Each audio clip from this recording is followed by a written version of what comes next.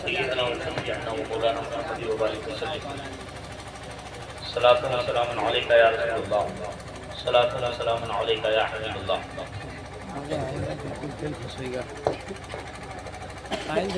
تو مسلمانوں کو ایک چیز پر جمع ہو جانا چاہیے.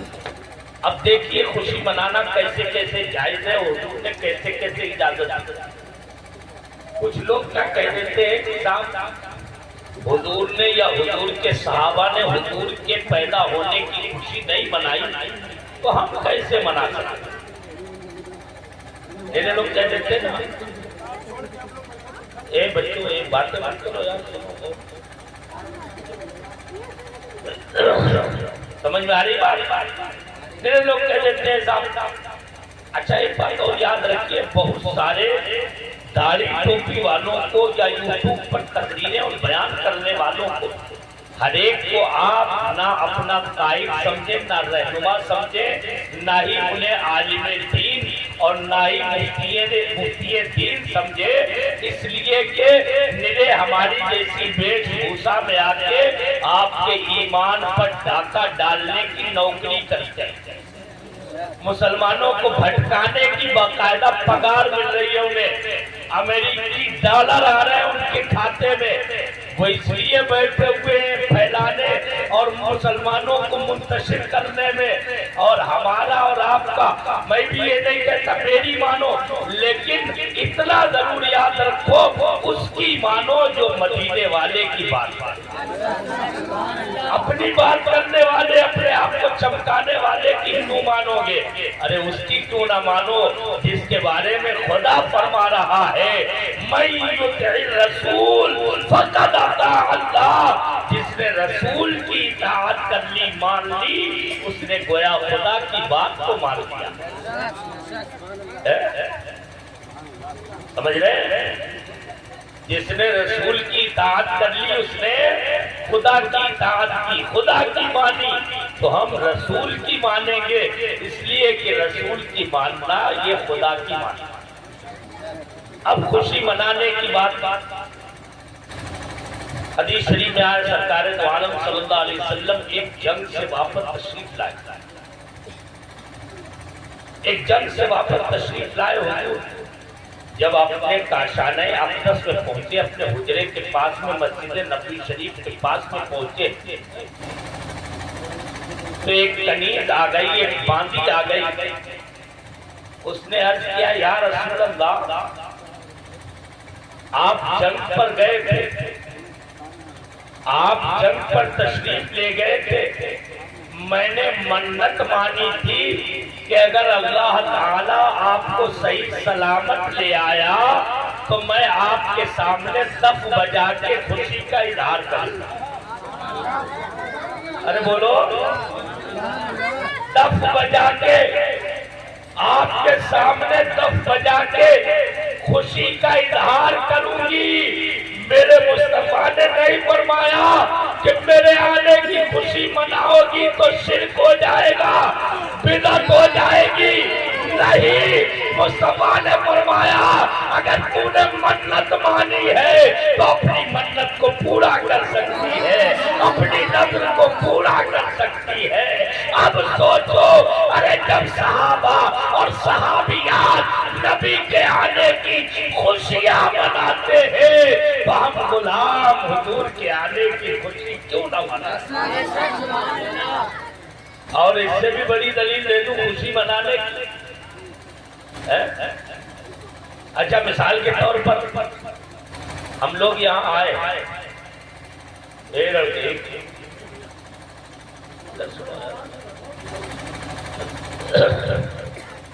ادھر سنو باتیں یار, اتنی کام کی نیند بھی خراب کر رہے ہو ادھر ادھر سے. کھیلنا تو روز کا کام ہوگا, اسی لیے تو یہ ضروری ہے کہ بچوں کو مدرسے میں بھیجو.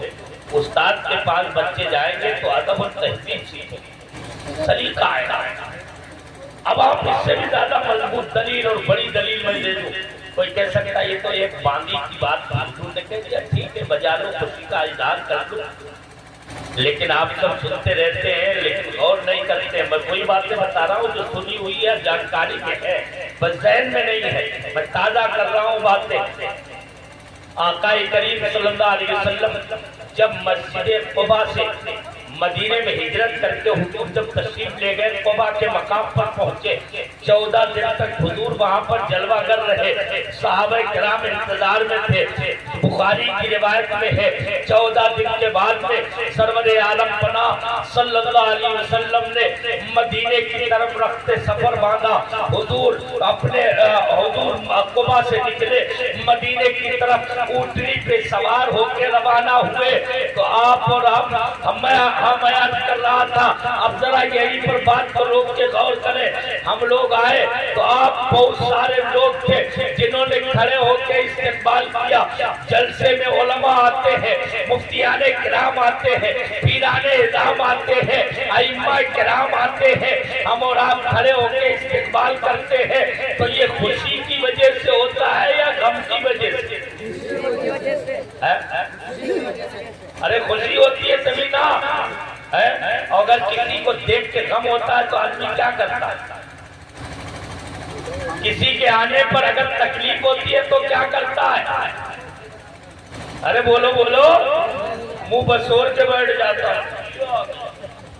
ہے. کتنا برا منہ بناتا ہے, میں بنا بھی نہیں سکتا ہوں اتنا.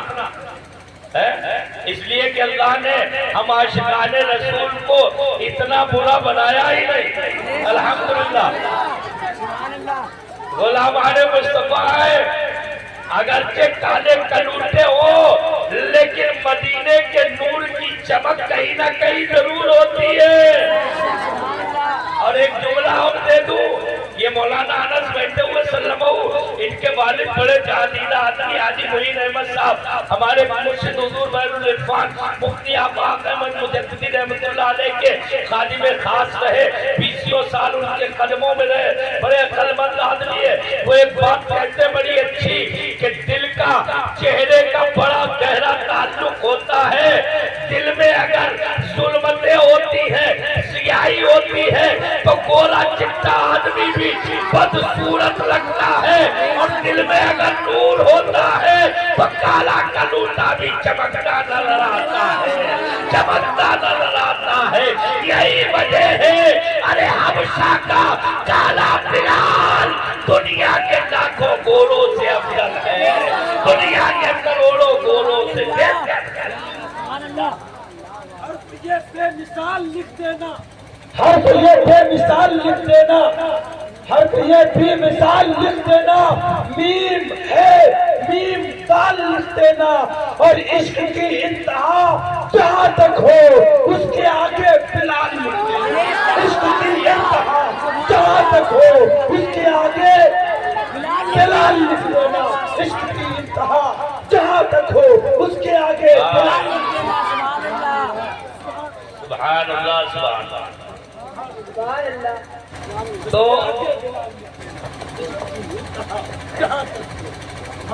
کسی کے آنے پہ خوش ہونا, اس کا مطلب آپ کو اس سے محبت ہے, اور محبت ہوتی ہے تو آدمی استقبال کرتا ہے, سواگت کرتا ہے, ویلکم کرتا ہے, نعرے لگاتا ہے, زمزمے سناتا ہے, نغمے سناتا ہے, ترانے گاتا ہے. ارے حضور جب قباء سے چلے مدینے کی طرف تو میں نہیں کہتا کہ میری سنو, بخاری اٹھا کے دیکھو, مسلم اٹھا کے دیکھو, سیرت کی کتابیں اٹھا کے دیکھو, سیرت ابن اسحاق دیکھو, سیرت ابن ہشام دیکھو, سیرت ابن اسحاق دیکھو, قرطبی کو دیکھو, تفاسیر کو دیکھو.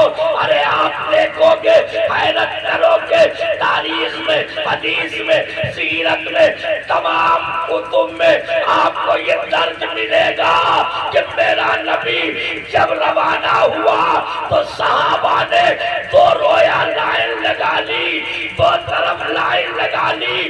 حضور اونٹنی پہ سوار ہے اور صحابہ میرے نبی کے غلام راستے میں لائن لگائے کھڑے ہیں. کوئی کہہ رہا ہے مرحبا بکا یا رسول اللہ, مرحبا بکا یا نبی اللہ, مرحبا بکا یا حبیب اللہ، کوئی کہہ رہا ہے اہلا و سہلا مرحبا، کوئی کہہ رہا ہے قدم یا خیر مقدم۔ ارے یہی تو ترانے ہم بھی تو اردو میں لگاتے ہیں، وہ عربی میں کہہ رہے تھے مرحبا، وہ عربی میں کہہ رہے تھے اہلا و سہلا، ہم اردو میں کہتے ہیں آمد مصطفیٰ، آمد مصطفیٰ، آمد مصطفیٰ، آمد مصطفیٰ، آمد مصطفیٰ، آمد مصطفیٰ، آمد مصطفیٰ، آمد مصطفیٰ، آمد مصطفیٰ۔ یہ تو خوشی ہے کہ نہیں؟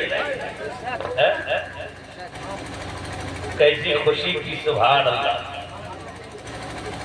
اچھا خوشی ہوتی ہے تو آدمی کا چہرہ چمکتا ہے کہ نہیں؟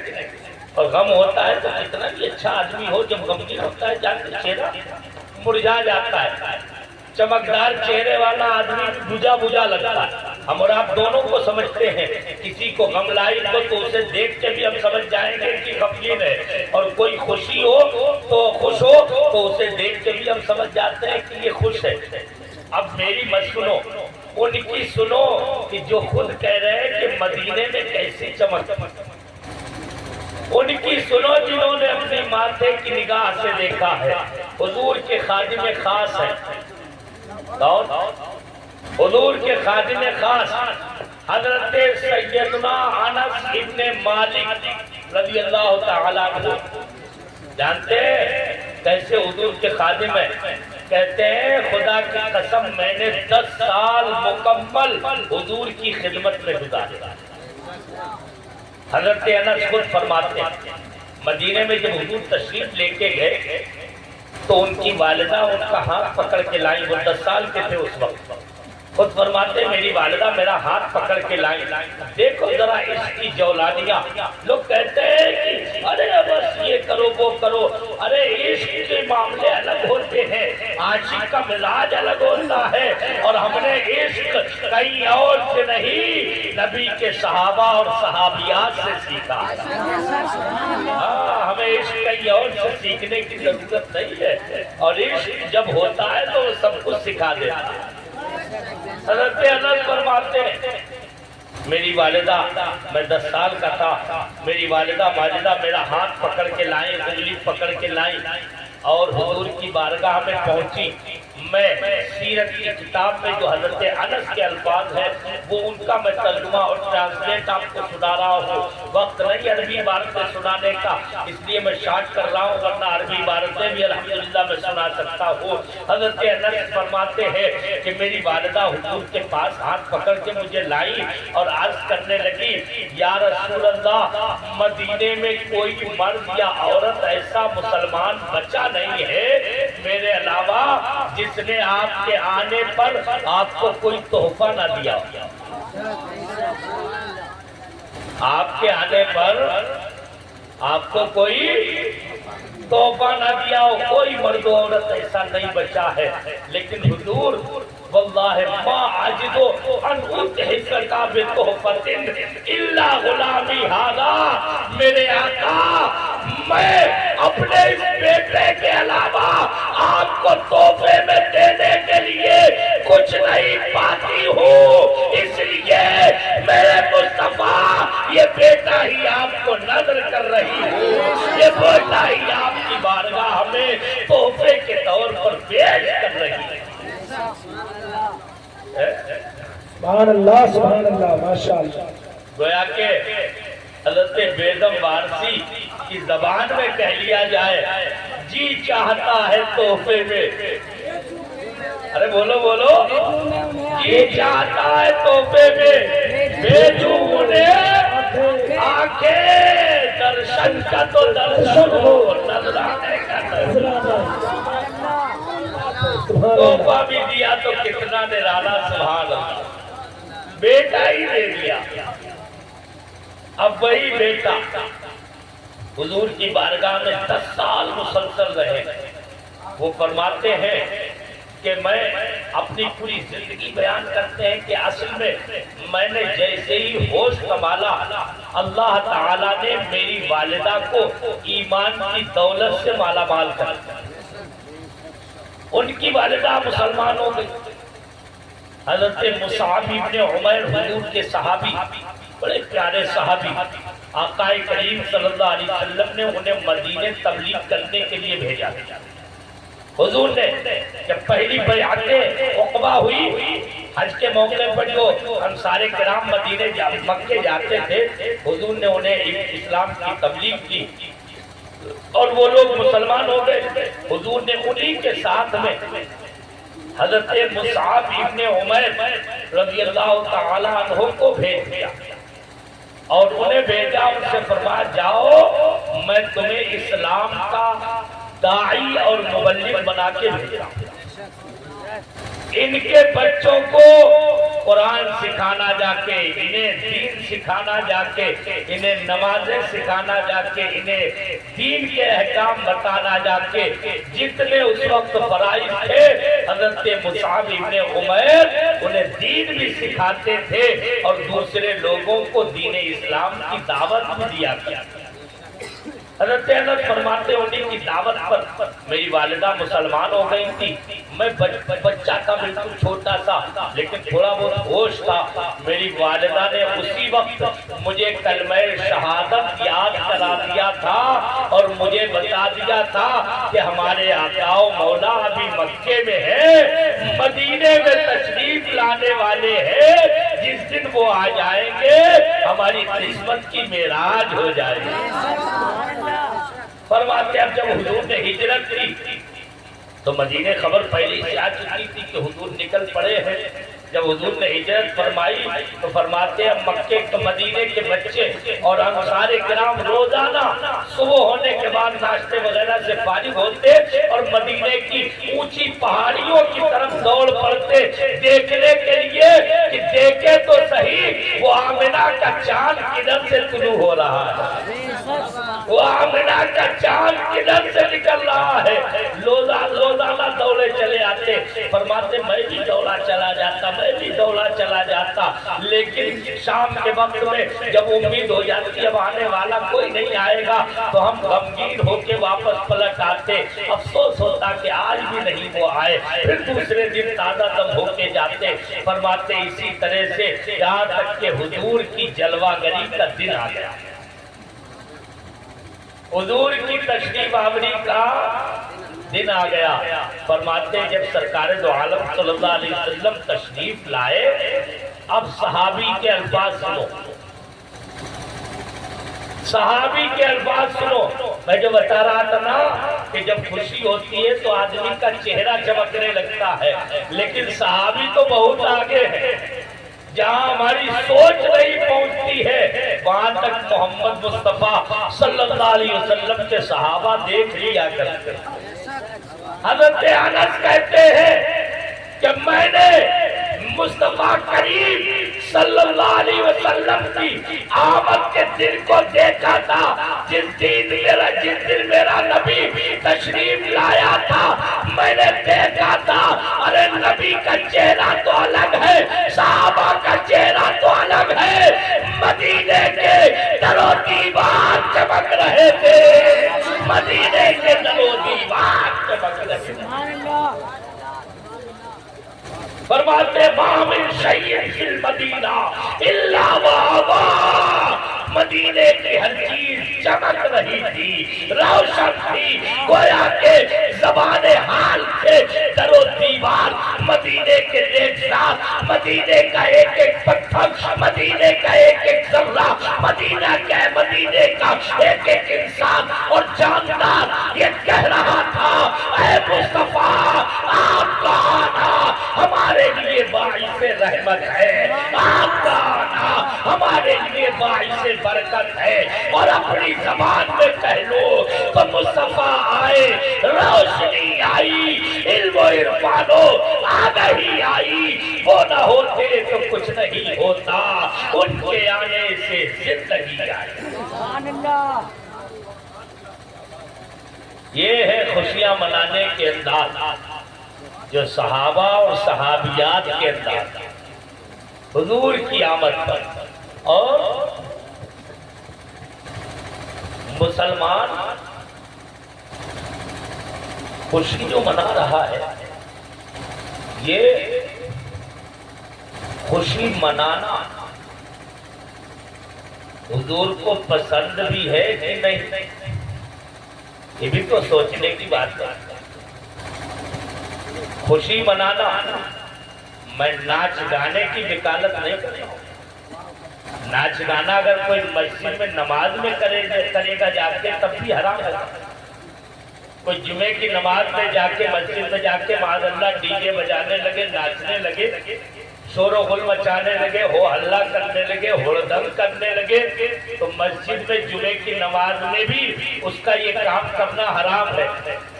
جس طرح جلوس میں ہڑدنگ جو کرتے ہیں اس کی وکالت نہیں کی جا سکتی ہے، اسی طرح سے میں جو مسجد کی بات کر رہا ہوں کہ نماز میں بھی اگر کوئی غلط کام شامل کر لے تو اس کی وکالت نہیں کی جائے گی۔ اسی طرح جلوس کی بھی جو غلط روش اپنانی ہے لوگوں نے، اس کی وکالت نہیں کی جا سکتی ہے۔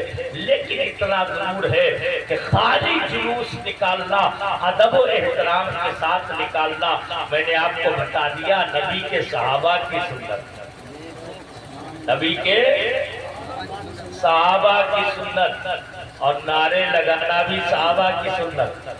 میں نے الفاظ سنائے آپ کو، آپ پڑھ لیجئے سیرت کی کتابوں میں باقاعدہ درج ہے۔ صحابہ کرام باضابطہ حضور کا ویلکم کر رہے تھے، سواگت کر رہے تھے، استقبال کر رہے تھے، آمد مصطفیٰ مرحبا مرحبا کے اپنی زبان میں نعرے لگا رہے۔ تو خوشی تو منانا ہے، ثابت ہو گیا۔ لیکن ایک چیز میں آپ سب سے بھی پوچھنا چاہتا ہوں، جلوس میں آپ سب شریک نہیں ہوں گے انشاءاللہ؟ گئے تھے نا سب لوگ؟ ماشاءاللہ۔ جو نہیں گئے تھے وہ آئندہ انشاءاللہ جائیں گے ادب و احترام کے ساتھ۔ لیکن ایک سوال میں کرنا چاہتا ہوں، جو جلوس نکالتے ہیں، جو جلوس میں جاتے ہیں، ان سب سے بھی کہ جلوس آپ نے 12 ربیع الاول کو نکال دیا، اس کا مطلب یہ نہیں ہے کہ جلوس نکال دیا اب معاملہ ختم، اب کام ختم ہو گیا، بس ایک ہی دن جلوس نکال لیا، اب کچھ کرنے کی ضرورت نہیں۔ میرے یہ بھی ہمارے مسلمان سمجھتے ہیں نا بھائی، سیدھے سادے، ارے بس عید میلاد النبی کا جلوس نکال لیا، کام ہو گیا۔ نہیں، یہ شہادت گہے الفت میں قدم رکھنا ہے، یہ شہادت گہے الفت میں قدم رکھنا ہے۔ لوگ آسان سمجھتے ہیں مسلمان ہونا، ہاں، مسلمان ہونے کے لیے صرف ایک دن جلوس نکال لینا، جلسہ کر لینا کافی نہیں ہے۔ یاد رکھو، میرے نبی کے 1500 سالہ جشن میں شریک ہو، یاد منا رہے، خوشی منا رہے ہو، بڑی مبارکباد کی بات ہے، لیکن اس میں یہ بھی تحیہ کرو کہ انشاءاللہ ہم اپنے سیرت و کردار کو بھی اپنے آقا و مولا کی سنت کے سانچے میں ڈھال کے دنیا کو یہ دکھائیں گے، اے لوگوں دیکھو، ہم نعرہ بھی لگاتے ہیں، جلوس بھی نکالتے ہیں، اور اپنے عمل اور کردار سے بھی اپنے مصطفیٰ کی یاد دلاتے ہیں۔ ہمیں دیکھ لو، جب غلاموں کی پاکیزگی کا یہ حال ہے تو ان کے آقا کی پاکیزگی کا عالم ہے۔ ضروری کہ نہیں ہے؟ ضروری ہے کہ نہیں بتاؤ؟ لیکن اس کے لیے ایک اور بنیاد ہے، پہلے اچھے برے میں فرق تو ہمیں معلوم ہو، اچھائی برائی کی تمیز بھی تو ہو، یہ جائز ہے، یہ ناجائز ہے، یہ بہتر ہے، یہ ممنوع ہے، ہمیں اس کا بھی تو پتہ ہو۔ اب یہ پتہ ہوگا کیسے؟ اپنے گھروں میں بیٹھ کے چوپانوں پر میٹنگیں مجلسیں سجا کے، اور آج کل تو چوپالیں بھی سونی ہو گئی، اب تو موبائل نے اتنا